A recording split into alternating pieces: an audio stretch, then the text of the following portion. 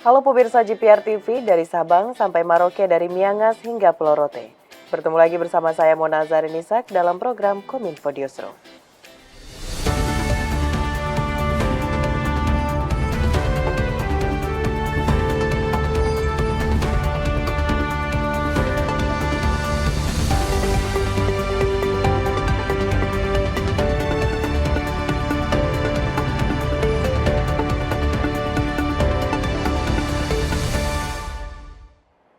Pemirsa, kita ke informasi pertama. Menteri Sekretariat Negara Pratikno menyampaikan bahwa upacara peringatan HUT ke-79 RI akan dilaksanakan di dua lokasi, yakni di Ibu Kota Nusantara dan Jakarta. Presiden Joko Widodo akan bertindak sebagai Inspektur Upacara HUT RI di IKN Nusantara. Upacara HUT RI di IKN dimulai pada pukul 11 waktu Indonesia Tengah atau waktu IKN, dengan artian peringatan HUT RI akan mengikuti waktu Indonesia Barat. Menteri Sekretaris Negara Pratikno menyampaikan bahwa upacara peringatan HUT ke-79 RI akan dilaksanakan di dua lokasi, yakni di Ibu Kota Nusantara dan Jakarta. Terkait dengan upacara penurunan bendera Sang Merah Putih juga diselenggarakan di dua tempat, yakni di IKN maupun di halaman Istana Merdeka Jakarta. Tata upacara dengan format militer akan dilaksanakan di IKN dengan Inspektur Upacara yakni Presiden Joko Widodo. Sedangkan upacara yang digelar di halaman Istana Merdeka Jakarta akan mengikuti tata upacara militer di IKN. Sedangkan prosesi kirap pengiriman duplikat bendera pusaka Sang Merah Putih dan naskah proklamasi akan dilakukan dari Monas menuju IKN. Upacara HUT RI di IKN dimulai pukul 11 waktu Indonesia Tengah atau waktu IKN, dengan artian peringatan HUT RI akan mengikuti waktu Indonesia Barat. Paginya upacara detik-detik proklamasi kemerdekaan Republik Indonesia. Waktunya, waktu detik-detik proklamasi itu mengikuti waktu Indonesia Barat. Nah, upacaranya, tata upacara militer itu dilaksanakan di IKN dengan Inspektur Upacara Bapak Presiden. Sedangkan acara upacara di halaman Istana Merdeka Jakarta itu mengikuti tata upacara militer di IKN. Kemudian upacara penurunan bendera Sang Merah Putih juga diselenggarakan di dua tempat, baik di IKN maupun di halaman Istana Merdeka Jakarta. Pemirsa, 7 tower kantor Kementerian Koordinator di Ibu Kota Nusantara disiapkan untuk menampung aparatur sipil negara dan petugas upacara dalam peringatan upacara Hari Ulang Tahun ke-79 Republik Indonesia pada 17 Agustus 2024. Menteri Pekerjaan Umum dan Perumahan Rakyat sekaligus pelaksana tugas Kepala Otorita Ibu Kota Nusantara Basuki Hadi Mulyono memastikan ke-7 tower itu telah dilengkapi sarana prasarana yang memadai. Kementerian PUPR mengungkapkan 12 tower rumah susun hunian ASN Hankam siap untuk perayaan HUT RI 17 Agustus di Nusantara, Kalimantan Timur. Kementerian PUPR tengah menyiapkan prasarana tempat tinggal untuk para tamu undangan dan petugas upacara Hari Ulang Tahun Kemerdekaan RI ke-79 di Ibu Kota Nusantara. Menteri PUPR sekaligus PLT Kepala Otorita IKN Basuki Hadi Mulyono mengatakan, sejumlah prasarana disiapkan untuk bisa ditempati para tamu undangan dan petugas upacara, mulai dari gedung kantor Kementerian Koordinator hingga tower hunian aparatur sipil negara. Untuk gedung kantor Kemenko, total ada 4 kompleks dan tiap-tiap kompleks terdiri atas 4 tower. Basuki mengatakan secara keseluruhan progres pembangunannya mencapai 80%. Dari total 16 tower nantinya, sebanyak 7 tower siap digunakan untuk menampung ASN dan petugas upacara. Sedangkan untuk tower hunian ASN, Menteri yang kerap disapa Pak Abbas mengatakan proses penyajiannya akan segera rampung 100% untuk sebanyak 8 tower. Pihaknya menargetkan hingga gelaran 17 Agustus nanti sudah siap 14 tower beserta dengan furnitur pendukungnya. Tapi nanti pada saat 17 Agustusan sudah siap 14 tower, furnish, air, listrik sudah siap semua. Masing-masing terdiri dari 60 hunian, masing-masing hunian ada 3 kamar. Jadi satu tower terdiri dari 60 unit, masing-masing 98 meter persegi dengan 3 kamar. Jadi bisa kita hitung nanti pesertanya. Kemudian rumah jabatan menteri akan berfungsi sekurang-kurangnya 14 unit dari 34 yang kita bangun. Sudah masing-masing juga sudah lengkap dengan mebelernya.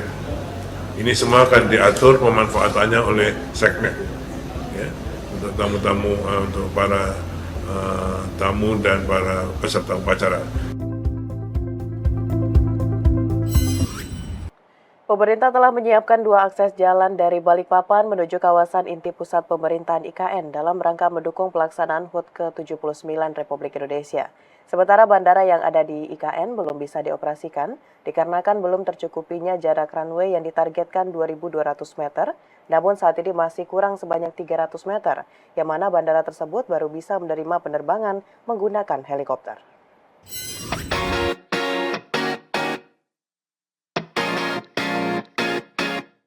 Menteri PUPR sekaligus PLT Kepala OIKN Basuki Hadi Mulyono dalam konferensi pers Bulan Kemerdekaan menyebutkan, dalam rangka mendukung pelaksanaan HUT ke-79 RI di IKN, pemerintah telah menyiapkan 2 akses jalan dari Balikpapan menuju kawasan inti pusat pemerintahan IKN, yakni melalui Jalan Tol Balikpapan Samarinda kilometer 11 exit Gate Karangjoang, dilanjutkan melalui Jembatan Pulau Balang Panjang menuju Jalan Nasional Akses TPK Karyangau, yang mana jalur ini sudah ditingkatkan kualitas dan kebersihannya. Jalan nasional menuju KIPP IKN dengan total jarak 88 km ini dapat ditempuh dengan waktu tempuh sekitar 90 menit. Alternatif kedua menuju KIPP IKN melalui Tol Balikpapan Samarinda Exit Gate Samboja kilometer 38, kemudian melalui Jalan Nasional Samboja Sepaku dengan estimasi waktu tempuh 120 hingga 150 menit. Menteri Basuki menyebutkan bandara yang ada di IKN belum bisa dioperasikan dikarenakan belum tercukupinya jarak runway yang ditargetkan 2.200 meter, namun saat ini masih kurang sebanyak 300 meter. Belum tercapainya target tersebut dikarenakan faktor cuaca seperti hujan yang mengguyur daerah IKN beberapa waktu lalu. Alternatif pertama melalui exit kilometer 11 dari Jalan Tol Balikpapan Samarinda, kemudian menuju Pulau Balang dan Simpang Riko, kemudian ke IKN 88 km. Alternatif kedua masih dari Jalan Tol Balikpapan Samarinda, exit kilometer 38, kemudian melalui Jalan Nasional Samboja dengan waktu tempuh sekitar 150 menit.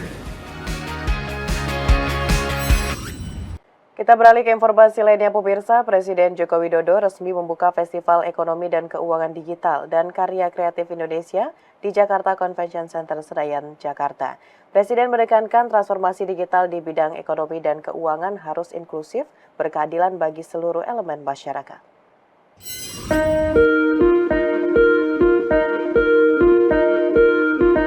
Dalam mendukung stabilitas sistem pembayaran dan mendorong ekonomi keuangan digital dan inklusif, Bank Indonesia, Kementerian Koordinator Bidang Perekonomian turut didukung oleh kementerian lembaga terkait dan asosiasi serta industri menghadirkan Festival Ekonomi Keuangan Digital Indonesia sekaligus Karya Kreatif Indonesia 2024. Festival Ekonomi Keuangan Digital Indonesia merupakan ajang sinergi kebijakan showcasing berbagai produk dan inovasi, implementasi kebijakan serta pencapaian dalam pengembangan ekosistem ekonomi dan keuangan digital yang berlangsung mulai hari ini 1 Agustus hingga 4 Agustus 2024 di Hall A dan B Jakarta Convention Center. Pada pembukaan FEKDI, Gubernur Bank Indonesia Peri Warjio menyampaikan melalui FEKDI 2024, Bank Indonesia terus berkomitmen untuk menjadikan ekosistem sistem pembayaran menjadi epicentrum ekonomi keuangan digital Indonesia melalui Blueprint Sistem Pembayaran Indonesia yang menyatukan visi sejak tahun 2019. Peluncuran Blueprint Sistem Pembayaran Indonesia 2030 pada hari ini. Sebagai kelanjutan dari BSPI Blueprint Sistem Pembayaran Indonesia 2025, akselerasi digitalisasi pembayaran nasional ke depan difokuskan pada 5 inisiatif utama. Modernisasi infrastruktur pembayaran retail, wholesale, dan data, konsolidasi industri pembayaran nasional, inovasi dan akselerasi digital, perluasan kerjasama internasional, dan pengembangan rupiah digital. Selain itu, BI juga meluncurkan Kartu Kredit Indonesia segmen pemerintahan online payment untuk mendukung digitalisasi dan kelancaran transaksi keuangan pemerintah, baik pusat maupun daerah. Kartu Kredit Indonesia segmen pemerintah dikembangkan dengan fitur online payment virtual card tokenization. Fitur QR Indonesian Standard dalam Kartu Kredit Indonesia ini akan diperluas untuk memudahkan transaksi belanja pemerintah.